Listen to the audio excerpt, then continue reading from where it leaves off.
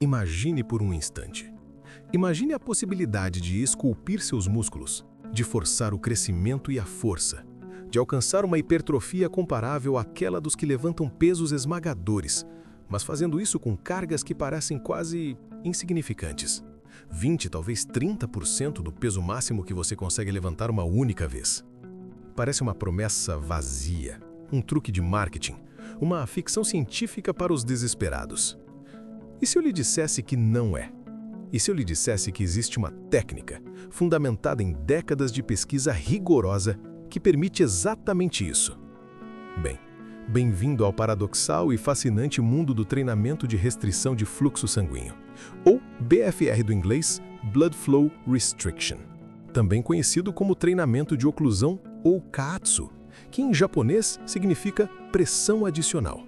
Essa técnica, que envolve o uso calculado e preciso de manguitos ou bandagens para restringir parcialmente o fluxo sanguíneo nos seus membros durante o exercício, não é apenas uma curiosidade de laboratório. É uma das inovações mais intrigantes, potentes e, quando bem aplicada, seguras da ciência do exercício moderno. Mas como? Como essa trapaça fisiológica funciona? Como podemos enganar nosso corpo, um sistema forjado por milhões de anos de evolução para responder à tensão mecânica pesada e convencê-lo a crescer com um estímulo tão leve? Prepare-se! Vamos mergulhar fundo na biologia, na bioquímica e na neurofisiologia por trás do BFR. Vamos desvendar, camada por camada, os mecanismos que transformam um peso leve em um gatilho anabólico poderoso. Esta não é uma história sobre atalhos.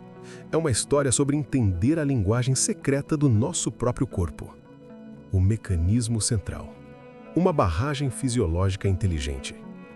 Para entender o BFR, primeiro precisamos abandonar uma ideia simplista. Não se trata de cortar completamente o suprimento de sangue para o músculo. Isso seria perigoso e contraproducente. A genialidade do BFR reside na sua seletividade. Imagine o sistema circulatório em seus membros como um sistema de estradas de mão dupla. As artérias são as grandes rodovias que trazem sangue rico em oxigênio e nutrientes para dentro do músculo. As veias são as estradas de retorno, que levam o sangue desoxigenado e os subprodutos metabólicos para fora do músculo. O BFR, quando aplicado corretamente com um manguito na parte superior do braço ou da perna, atua como um controle de tráfego bem específico. A pressão aplicada é cuidadosamente calibrada para ser forte o suficiente para comprimir e ocluir significativamente as veias, que são mais superficiais e de baixa pressão. No entanto, essa mesma pressão é insuficiente para ocluir as artérias, que são mais profundas e operam sob alta pressão. O resultado? O sangue arterial continua a fluir para o músculo, mas o retorno venoso é drasticamente reduzido. Pense nisso como uma represa em um rio, mas uma represa com um design peculiar. Ela permite que a água entre no reservatório, mas restringe severamente a sua saída. O que acontece com o reservatório? Ele incha. Ele se enche até o limite. Neste caso, o reservatório é o seu músculo.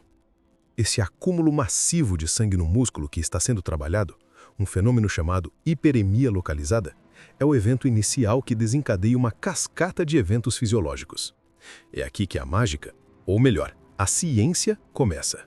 E essa ciência se apoia em 3 pilares fundamentais: um tsunami de estresse metabólico, um inchaço celular extremo e um recrutamento de fibras musculares que desafia as regras convencionais. Vamos analisar cada um deles. Pilar 1. O tsunami de estresse metabólico. Imagine a cena dentro de uma única célula muscular durante um exercício com BFR.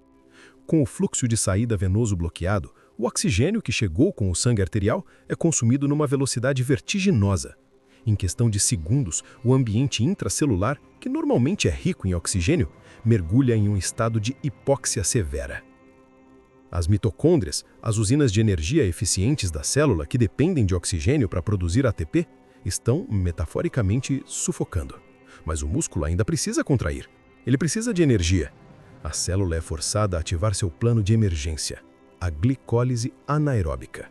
Este caos químico, essa sopa ácida e hipóxica, é o que chamamos de estresse metabólico. E para o corpo, esse estresse não é apenas ruído, é um sinal de alarme ensurdecedor. É a célula muscular gritando: estou sob um ataque fisiológico extremo. Estou sendo levado ao meu limite absoluto.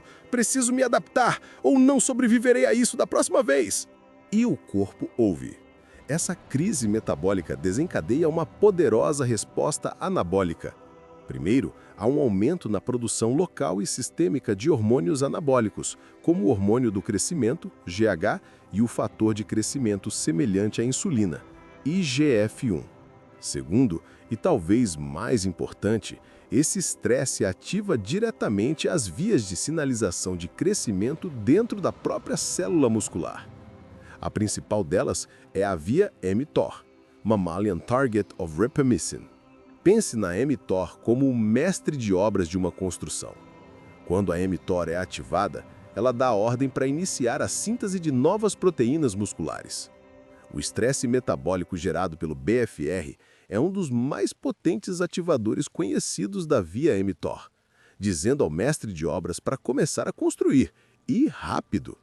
O resultado é um aumento dramático na síntese de proteínas, o processo fundamental da hipertrofia muscular. Pilar 2. O inchaço celular e a ameaça existencial. Vamos voltar à nossa analogia da represa. O sangue está preso no músculo. Os metabólitos, como o lactato, estão se acumulando dentro das células musculares.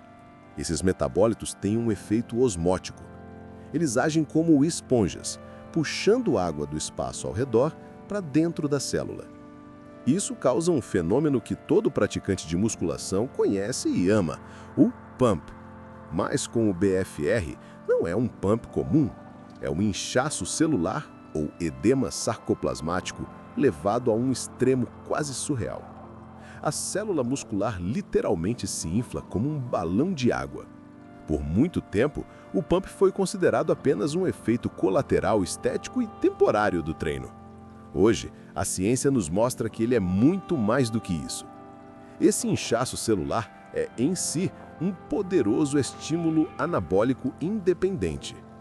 Imagine a membrana que envolve a célula muscular. Com o inchaço, essa membrana é esticada até seus limites. Do ponto de vista da célula, isso é uma ameaça direta à sua integridade estrutural. É uma ameaça existencial. Se a membrana se romper, a célula morre. Em resposta a essa ameaça mecânica de estiramento, a célula ativa mecanismos de defesa. Ela inicia uma resposta para reforçar sua própria estrutura. Como ela faz isso? Adivinha? Aumentando a síntese de proteínas para construir mais andaimes estruturais e, crucialmente, diminuindo a taxa de degradação de proteínas. Este é um ponto-chave. O crescimento muscular não é apenas sobre construir mais, síntese proteica.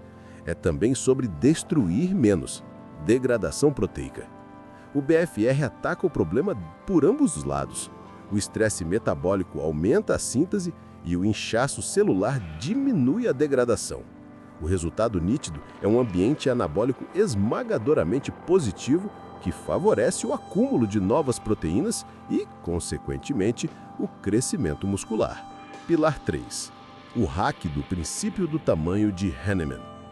Até agora, explicamos como o BFR cria um ambiente quimicamente perfeito para o crescimento. Mas qual parte do músculo está realmente fazendo o trabalho?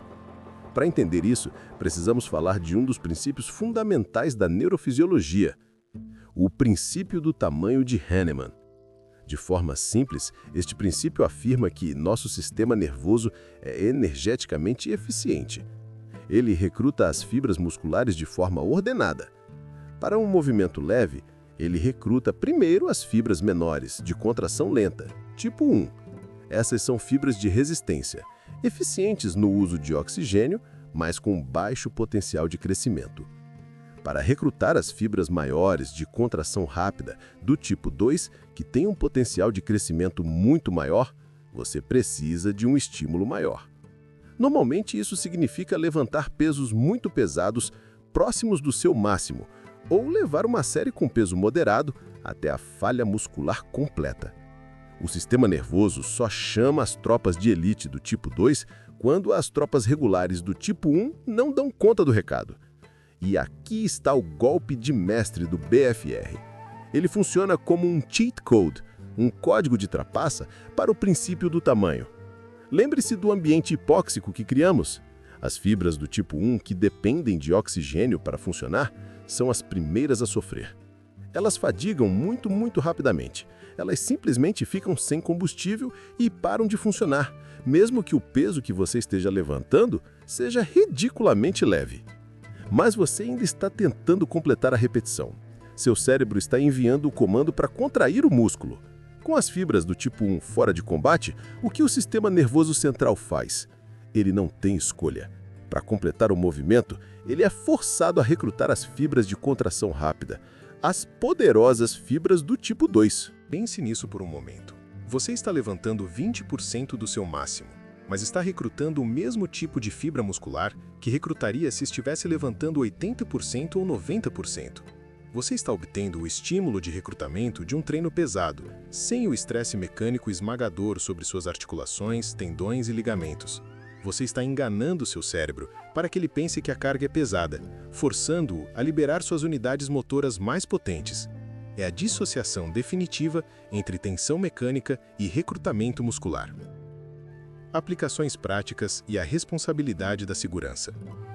A beleza dessa dissociação abre um leque de possibilidades que antes pareciam impossíveis. Pense em um indivíduo se recuperando de uma cirurgia no joelho.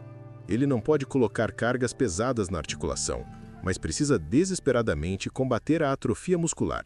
O BFR permite estimular o quadríceps de forma potente com cargas mínimas, acelerando a recuperação. Pense em uma pessoa idosa lutando contra a sarcopenia, a perda de massa muscular relacionada à idade. O medo de lesões e a dor nas articulações muitas vezes os impedem de treinar pesado. O BFR oferece uma alternativa segura e eficaz para manter e até mesmo construir massa muscular, melhorando a qualidade de vida e a independência. Pense em um atleta elite no meio de uma temporada competitiva. Ele precisa manter a força e a massa muscular, mas não pode se dar ao luxo de acumular a fadiga e o estresse articular de treinos pesados constantes. O BFR se torna uma ferramenta para obter um estímulo anabólico com baixo custo sistêmico. No entanto, com grande poder vem grande responsabilidade. O BFR não é algo para se fazer com um elástico qualquer. A segurança é primordial. A aplicação incorreta, com pressão excessiva ou com equipamentos inadequados, pode levar a riscos sérios como danos neurais ou, em casos extremos, eventos tromboembólicos. É uma ferramenta clínica e de alta performance e deve ser tratada com o respeito e o conhecimento que merece. Conclusão: a reescrita das regras do crescimento. Então, o que o BFR nos ensina em um nível mais profundo? Ele nos ensina que nossa compreensão sobre a hipertrofia muscular era, talvez, incompleta. Por décadas, o dogma era que a tensão mecânica pesada era o principal, se não o único motor do crescimento. Levante pesado e você crescerá. Ponto final. O BFR rasga esse manual de regras. Ele nos mostra de forma inequívoca que o corpo não responde apenas ao peso na barra, ele responde ao ambiente fisiológico que criamos dentro do músculo. Ele responde a sinais. Sinais de crise metabólica, sinais de ameaça estrutural, sinais de fadiga de fibras. Ao manipularmos inteligentemente o ambiente do músculo, ao restringirmos o fluxo de saída de sangue, estamos essencialmente aprendendo a falar a linguagem da célula em um dialeto que ela entende perfeitamente, o dialeto do estresse e da sobrevivência. Estamos enganando o corpo para que ele inicie uma resposta de crescimento massiva usando um estímulo que, visto de fora, parece surpreendentemente leve. Isso é um reflexo de um niilismo otimista aplicado à biologia. O corpo não tem um propósito inerente de ficar musculoso. Ele não se importa com nossos objetivos estéticos. Ele é uma máquina de sobrevivência, respondendo a estímulos de forma blinda e programada. E é uma beleza otimista nisso. Porque se entendermos os inputs, se decifrarmos o código, podemos modular os outputs. Podemos nos tornar os arquitetos de nossa própria fisiologia. O BFR é um testemunho da complexidade e da elegância do corpo humano.